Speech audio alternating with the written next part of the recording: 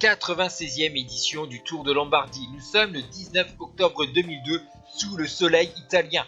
251 km au menu entre Cantu et Bergame. 6 ascensions à gravir. Dans une d'entre elles, Selvino Paolo Tiralongo de la Fassa Bartolo est parti seul. Il a été rejoint dans la descente par son compatriote de la formation Alexia. Il s'agit d'Alessandro Guerra. Les deux coureurs vont entamer avec moins d'une minute d'avance sur le peloton mené par la Saeco, la montée de Berbeno. Et donc, à l'avant de la course, malheureusement, Tiralongo n'arrive pas à suivre le rythme de Guerra. Guerra va partir tout seul, son avance va se réduire au fur et à mesure de l'ascension parce que les équipiers de Simoni ont décidé d'amener une grosse allure. Malheureusement, ce type de parcours ne favorise pas une grosse sélection puisqu'on se dirige vers Bergame et non pas vers Côme. Et donc, beaucoup de difficultés en amont de la course. Malheureusement, le final est assez plat avec juste une petite côte dans le final à Bergame avec le Alto de Bergamo. Nous sommes donc dans la descente de Berbeno. Après avoir rejoint l'homme de tête, c'est Codol de la formation Lamprey qui lance le premier l'offensive.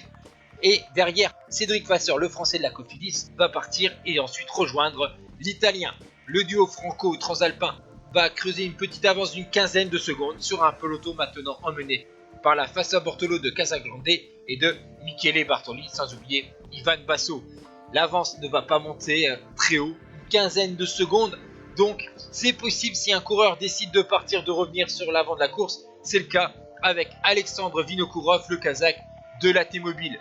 Ils sont donc 3 à l'avant de la course à une dizaine de kilomètres de l'arrivée à Bergame.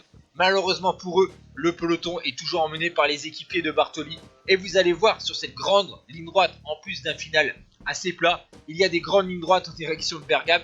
Et donc on a les échappés à vue. Et donc malheureusement pour ce trio, ils vont être pris à 8 km de l'arrivée par un peloton d'une trentaine de coureurs. Voilà, la jonction est faite.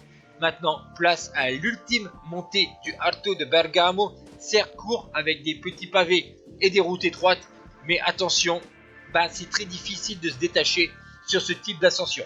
Le premier à attaquer dans cette ultime montée, il s'agit de l'Espagnol Pablo Lastras, vainqueur de 2 étapes de la dernière Vuelta, la 9e et la 11e étape. Malheureusement pour l'Espagnol derrière, c'est encore Vinokourov qui fait l'effort. Il y a son équipier, Mancebo, ainsi que Casagrande et Ivan Basso. Nous sommes donc dans la seconde partie de l'ascension. Vous voyez que on n'arrive pas à creuser les écarts, tandis que Bettini est en difficulté, le leader de la Coupe du Monde. Ici, on reconnaît Mancebo avec son style particulier. Et sur le sommet de la bosse, c'est Francesco Casagrande, 7ème de la Volta, 2ème du Tour de Lombardie 2000, qui essaye de distancer ses adversaires. Vinokourov suit le mouvement de l'Italien, mais il y a un regroupement dans la descente vers la cité bergamesque. Et donc, on a quand même la Fassa Bortolo en grand nombre avec 3 coureurs, Basso, Casagrande et Bartoli. Et donc, moins d'une quinzaine de coureurs dans cette dernière ligne droite pour se disputer la victoire de cette 96e édition. Et les plus rapides, et le vainqueur de l'Amstel Gold Race, du Tour d'Émilie et de Milan-Turin, il s'agit de Michele Bartoli. Il devance Davide Rebellin, 2ème du Grand Prix Lugano, 3ème place pour Oscar Kamenzin, vainqueur en 98, 4ème Serpellini, 5ème Casagrande, 6ème Bogart, 7ème Lastras, 8ème Bellocchi, 9ème Prigo, 10ème Mancebo.